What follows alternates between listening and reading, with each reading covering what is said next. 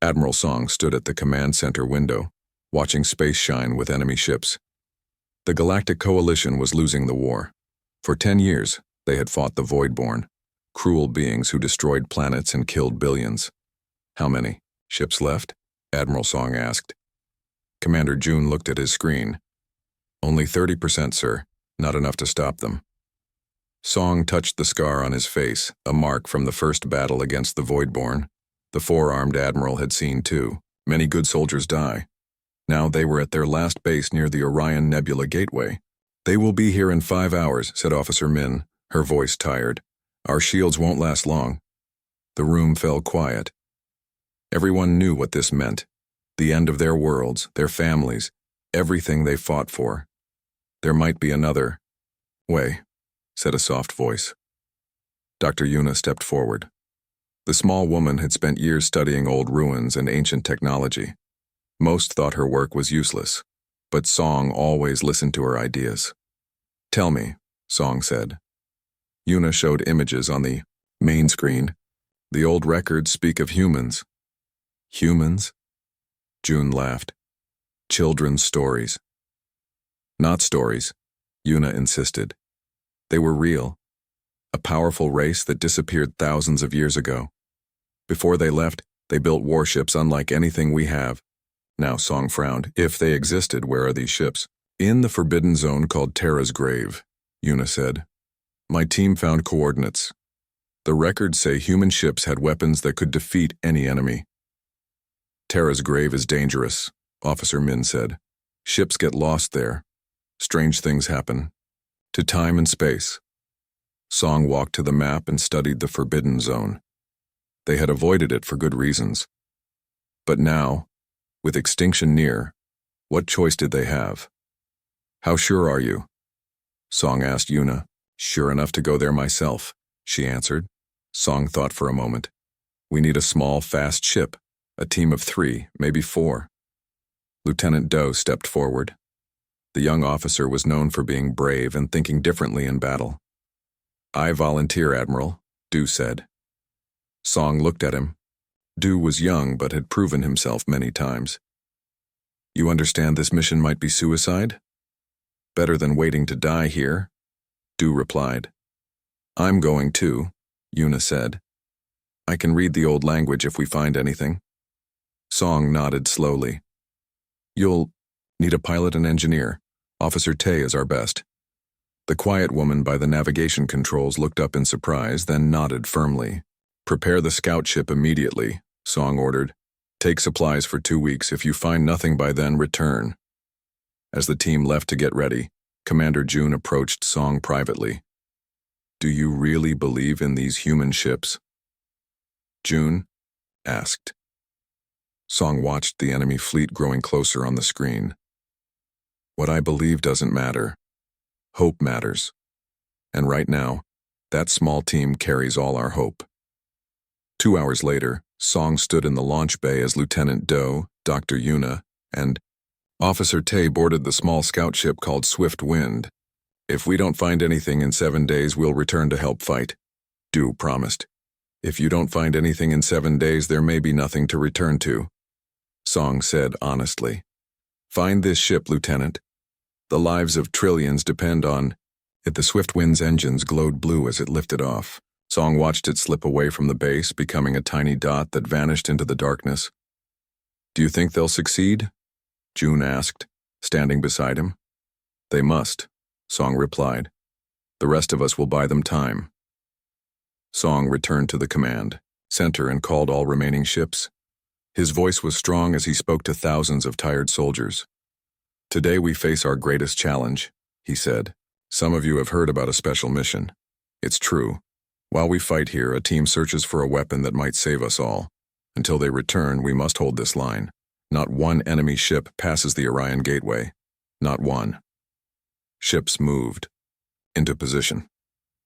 Weapons charged. Pilots sat ready in fighters. On the Swift Wind, Lieutenant Do looked back at their home base becoming smaller behind them. Ahead lay Terra's Grave, a place of swirling colors and broken space. Inside might be humanity's lost warship or nothing but empty myths and certain death. Course set for Terra's grave, Tay said quietly. Take us in, Doe ordered. The small ship turned toward the forbidden zone and accelerated into the unknown. The swift wind moved carefully through the strange space of Terra's grave. Lieutenant Doe watched through the main window as colors twisted. Around them, this forbidden zone had scared pilots for centuries. Another time distortion ahead, Officer Tay warned, her hands moving quickly over the controls. The small ship shook as they turned to avoid the dangerous area. For 3 days they had traveled deeper into this strange place. Sometimes they saw pieces of old ships caught in bubbles where time moved differently. In some bubbles, metal aged and turned to dust in seconds. In others, explosions from ancient battles played over and over, frozen in time. How much farther to the coordinates? Dew asked. Dr. Yuna checked her screen. We're close. Maybe one more day if we don't get lost. The ship's computer beeped with warnings as they passed through areas where physics worked differently. Sometimes, they felt heavier, sometimes lighter. Occasionally, they saw their own ship ahead of them before they arrived. This place makes no sense, Tay said quietly. No wonder ships disappear here.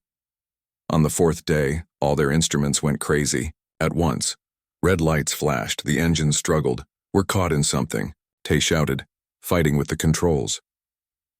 Through the window, they saw space itself bend around them. The swift wind was pulled toward what looked like a giant bubble in space. Inside the bubble, something dark and massive waited. I can't break free, Tay said. We're going in. They braced for impact, but instead of crashing, the ship slowed down as it passed through the bubble's surface. Inside, everything was calm. And there, floating in the center, was the biggest ship any of them had ever seen. Is that?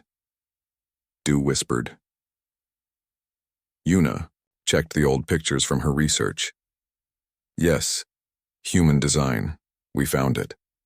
The ship was huge and black, with sharp angles and smooth surfaces. It looked both ancient and new at the same time. No damage, no rust as if it had been built yesterday. How can it be in such good condition? Tay wondered. It must be thousands of years old. As they got closer, lights began to turn on across the massive hull.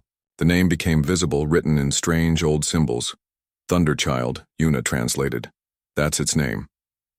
They found what looked like a small door and managed to connect their ship to it. As they prepared to enter, they put on their spacesuits, not knowing if there would be air inside. Be careful, Dew said. We don't know what defenses it might have. They stepped through the airlock and were surprised when lights came on automatically in the corridor. Even more surprising, their suits showed that the air was clean and breathable. The life support systems are still working, Tay said in amazement. How is that possible? They removed their helmets and walked deeper into the ship. The corridors were perfectly sized for them, making the old stories of humans seem more real. These beings had been similar to their own size. Look at this technology, Tay said, examining panels along the walls. I don't understand any of it. It's beyond anything we have. They found their way to what seemed to be the main control room. As they entered, screens lit up around them, and a voice spoke. Welcome, aboard the United Earthship Thunderchild. They jumped back in surprise as a figure appeared in the center of the room. It looked like a woman made of light. I am Athena, this vessel's artificial intelligence. You are the first visitors in 742 years. Dew stepped forward. Can you understand us? Yes. My systems are designed to learn all languages, Athena replied. Why have you come here? Yuna explained about the Voidborn War and how the Coalition was losing. Athena listened, then displayed images on the screens around them. The creatures you call Voidborn are known in my records as the Harvesters, she said. Humans fought them long ago. The screens showed battles between human ships and the same enemy they were fighting now. Is this ship still functional? Dew asked hopefully. The Thunderchild was placed here in standby mode, waiting for this very situation, Athena answered. I need to verify your claims before activating combat systems. Dew connected his data device to a panel Athena indicated. These are recordings of our battles. Our people are dying. Athena was quiet for a moment as she processed the information. Then the ship around them began to hum with power. Lights brightened and they felt movement. "Threat confirmed," Athena announced. "The Thunder Child is awakening." This vessel was specifically designed to combat the harvesters. "Can you help us?" Una asked. "Yes," Athena replied as screens showed weapons and systems activating. "We can reach your battle in 2 hours. The harvesters will remember why they feared humanity." Du looked at his companions with the first real hope he had felt in years. "We need to contact Admiral Song immediately." Around them, the ancient human warship came fully alive, ready to fight once more. The Thunderchild moved through space faster than Lieutenant Du thought possible. He stood on the bridge with Dr. Yuna and Officer Tay, watching stars blur past the giant windows. "How are we moving so quickly?" Tay asked, her engineer's mind trying to understand. Athena's glowing form appeared beside them. "This ship doesn't just move through space, it folds space around itself." Du had sent a message to Admiral Song, but they weren't sure if it had reached the Coalition base.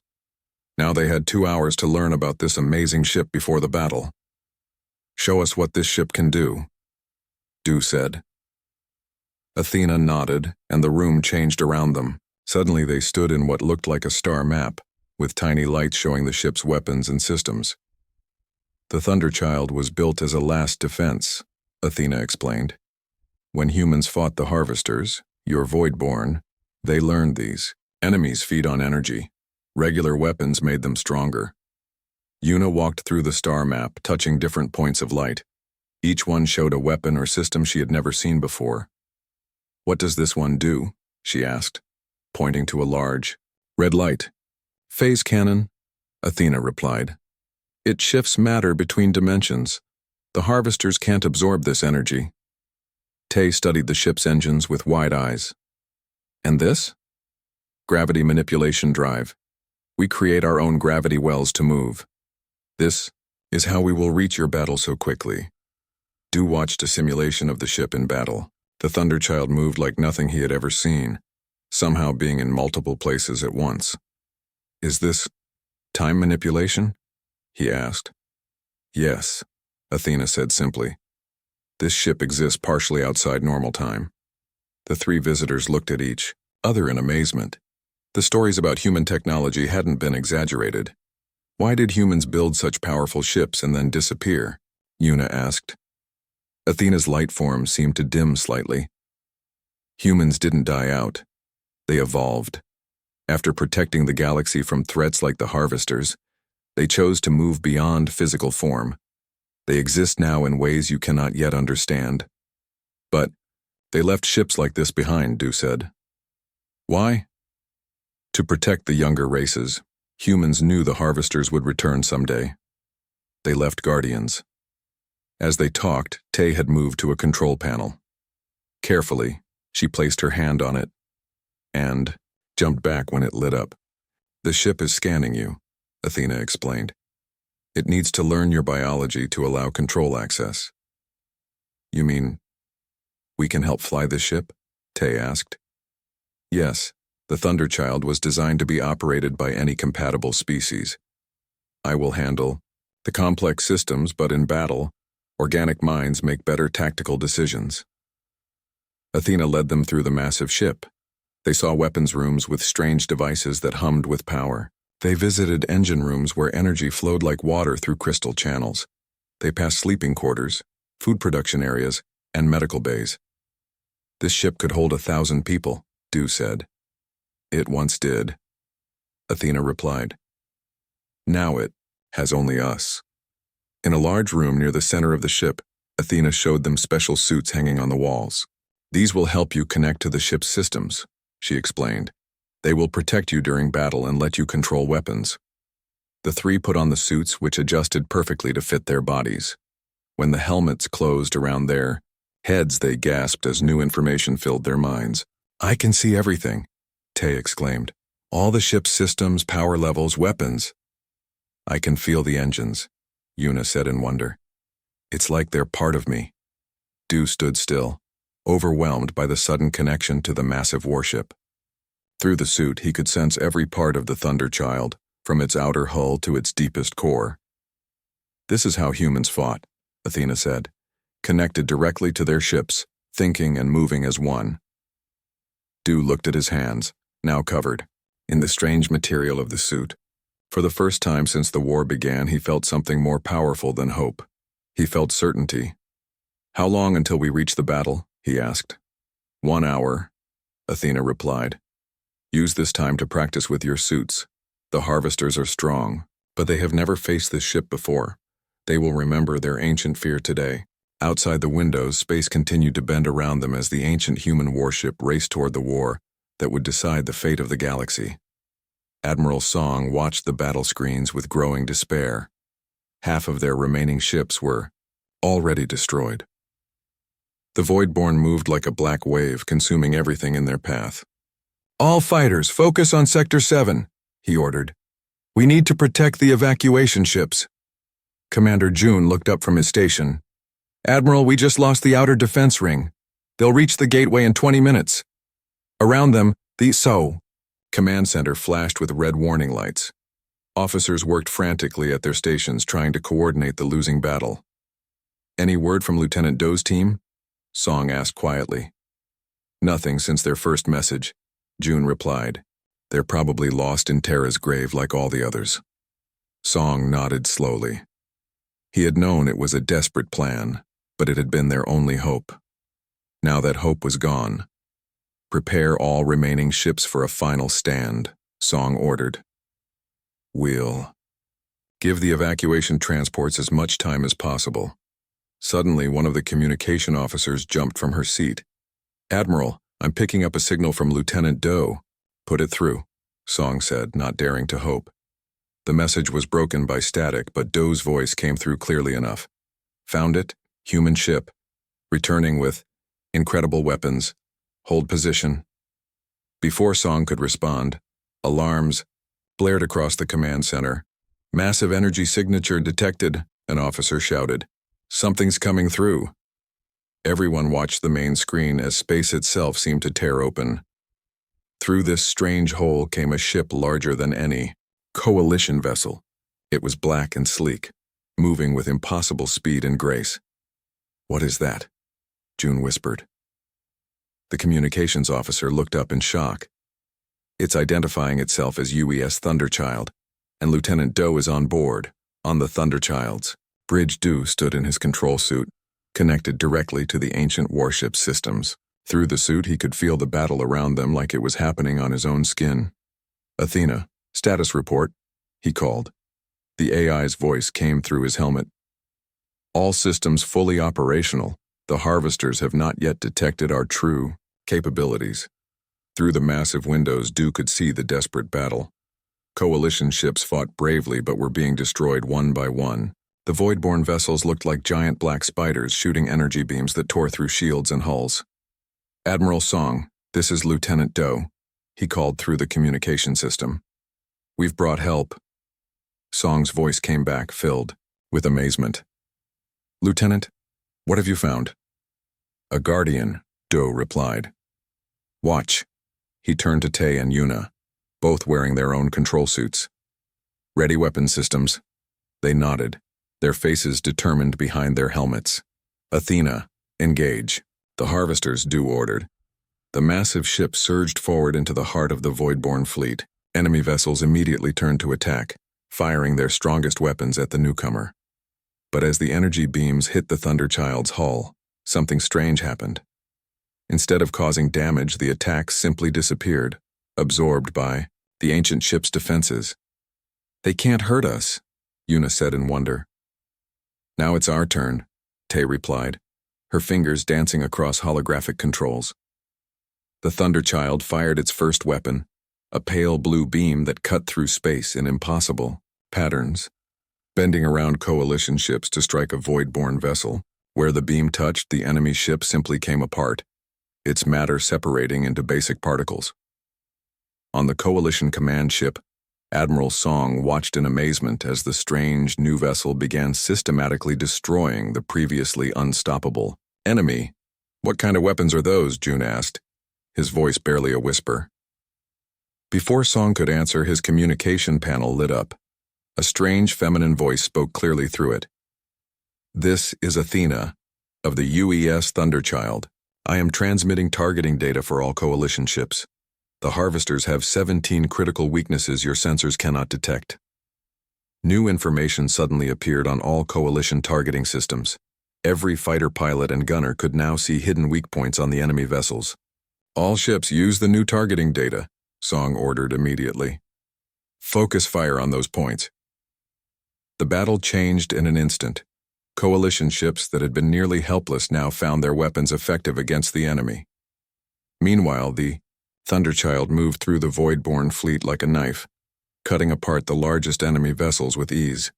Edu felt the ship respond to his thoughts through the control suit. With a simple mental command, the Thunderchild accelerated, phased through an enemy formation, and reappeared behind them, firing weapons in all directions. "Squadron approaching from below," Athena warned. "I see them," Doe replied, already directing the ship to meet the new threat. From the command center, Song watched as the tide of battle turned completely in less than an hour. The seemingly invincible Voidborn were now running, their fleet broken and scattered. "Send a message to all worlds," Song ordered, a smile finally breaking across his tired face. "Tell them that humanity has returned to save us all." The main meeting room of the Thunderchild was bigger than Admiral Song had expected. He walked slowly around the large table, looking at the strange symbols carved into its surface. Representatives from all coalition worlds had gathered here to meet with Athena. 3 days had passed since the battle. 3 days since the ancient human warship had destroyed the Voidborn fleet in just hours. The enemy that had killed billions and fought them for 10 years was now gone, scattered across space in broken pieces. Lieutenant Doe stood with Dr. Yuna and Officer Tay near the front of the room. They no longer wore the control suits, but Song could see they had changed. There was a new confidence in their eyes, a deeper understanding. "Welcome," Athena said, her light form appearing above the table. "The Thunderchild is honored to host the leaders of your worlds," the representatives whispered among themselves. Most had never seen an artificial intelligence so advanced. Song stepped forward. "On behalf of all coalition worlds, I thank you for saving us, but we have many questions." Athena nodded. "I will answer what I can." "The Voidborn, or Harvesters as you call them, have they been defeated forever?" asked the representative from Proxima, an old woman with silver hair. "No," Athena replied honestly. "They will return, as they always do. They hibernate in deep space for thousands of years, evolving and growing stronger, but now you will be ready." "How did humans know about them?" Song asked. Athena's form shifted, showing images of ancient battles. "Humans fought the Harvesters 4,000 years ago. The war nearly destroyed both sides. When humans finally won, they realized the Harvesters would return someday. So they built ships like this one," Doe said. "Yes. 27 warships, each designed to fight specific threats. The Thunderchild was made specially to fight Harvesters." The representative from Centauri leaned forward. "If humans were so powerful, why did they leave? Why not stay and protect the galaxy themselves?" Athena was quiet for a moment. "Humans evolved beyond the need for physical bodies. They reached a state of existence we might call transcendence. Before they left this plane, they created guardians to watch over the younger races, the races they had helped develop over millions of years." "You mean humans created us?" Dr. Yuna asked. "Not created," Athena corrected. "Guided. Humans found primitive life on many worlds and helped it evolve, the way a gardener might care for different plants. They considered all intelligent species their children." The room fell silent as everyone considered this idea. "And now?" Song finally asked. "Will you return to your sleep in Terra's grave?" "That depends on your decision," Athena replied. "The Thunderchild can remain active, helping rebuild what the Harvesters destroyed. We can teach you technologies that will help your worlds recover, or we can return to standby mode until needed again." Song looked at the other representatives. They nodded to him, having already discussed this possibility. "We would be honored if you would stay," Song said formally. "There is much we can learn from each other." Athena seemed to smile, though her light face made it hard to tell. "Then, it is decided. The Thunderchild will remain with the Coalition." "What about the other ships?" Tay asked. "The other 26 you mentioned?" "They sleep waiting for their own purposes," Athena explained. "Some guard against threats you have not yet encountered. Others monitor distant parts of the galaxy, in Co. The days that followed, Coalition scientists came aboard the Thunderchild to learn its secrets. Athena shared what she called appropriate technologies, things that would help them rebuild without advancing too quickly. One evening, Doe found himself alone on the observation deck with Athena. "There's something you haven't told the others," he said quietly, "about humans." Athena's form flickered slightly. "You are perceptive, Lieutenant." "They didn't just leave, did they? They're still watching." "Yes," Athena admitted. "From their new plane of existence, humans observe the galaxy they once protected. They cannot interact directly anymore. That would interfere with natural development. But they watch and care, and when necessary, they allow guardians like me to act." Dew looked out at the stars. "Will we ever meet them?" "Perhaps. If your civilizations continue to grow and learn, you may someday evolve as humans did. Then you would understand them as equals." "How long would that take?" "For humans, it took 100,000 years of civilization," Athena said. "But they left signposts along the way. The Thunderchild is one such signpost." Dew smiled. "A gift from our ancestors." "Yes," Athena agreed. "A reminder that you are not alone in the universe. That long ago, another species faced the same challenges you face now, and they succeeded. And that someday, if you choose wisely, you may join them among the stars." Outside the window, ships from 100 worlds worked together to rebuild their damaged planets. And deep in space, other ancient guardians waited, protecting the legacy of humanity until they were needed.